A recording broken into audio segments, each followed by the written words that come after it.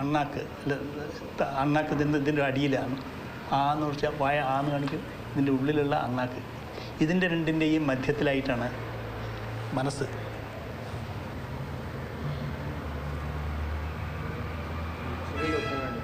അത് ഒരു 7 ദിവസം ഉണ്ടാവും കേട്ടോ.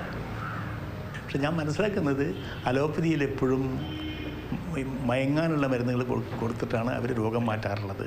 ഞങ്ങൾ മനസ്സിനെ ഉണർത്തിയിട്ടാണ് രോഗം മാറ്റാറുള്ളത്. ഇതാണ് ഞങ്ങൾ തമ്മിലുള്ള വ്യത്യാസം. ഇവിടെ ഓർത്തുമ്പോൾ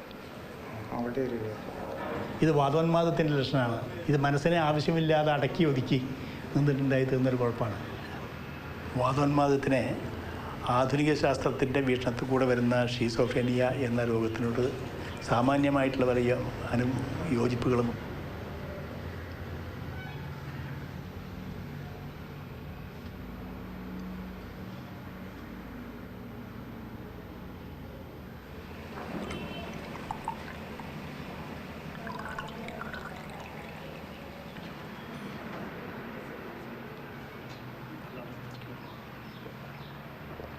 ശരീരത്തിൽ ഉള്ള ത്രിദോഷങ്ങളെ കഴുകിക്കളയുക എന്നുള്ളൊരു സിദ്ധാന്തമാണ് മാനസിക രോഗത്തിനുള്ള ആയുർവേദ ചികിത്സ.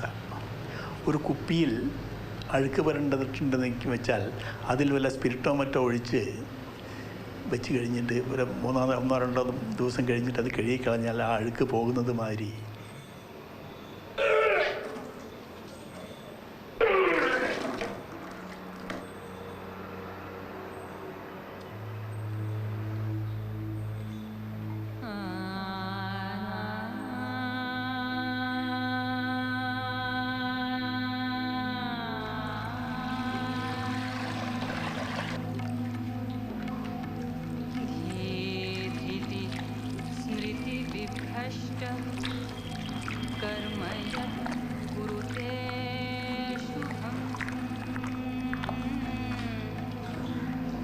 प्रज्ञा